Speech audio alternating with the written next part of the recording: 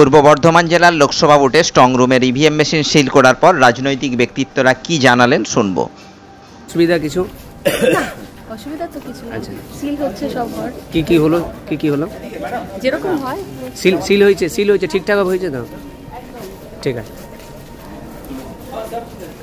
দাদা সিল কি ঠিকঠাকভাবে সব হয়েছে তো? সিল হ্যাঁ, কোনো অসুবিধা নেই। ঠিক আছে। দুই দলের প্রার্থীরা আপনারা আছেন? আছি আমরা। এখনো পর্যন্ত সব সিল হয়েছে না কিছু বাকি আছে?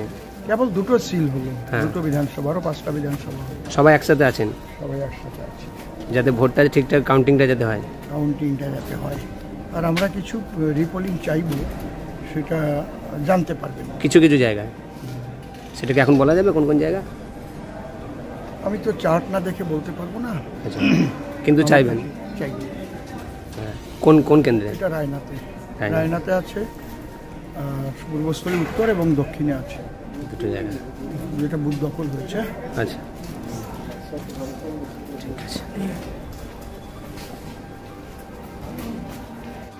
পূর্ব বর্ধমান থেকে দেবাশিস ঘোষের রিপোর্ট, রূপসী বাংলা মিডিয়া।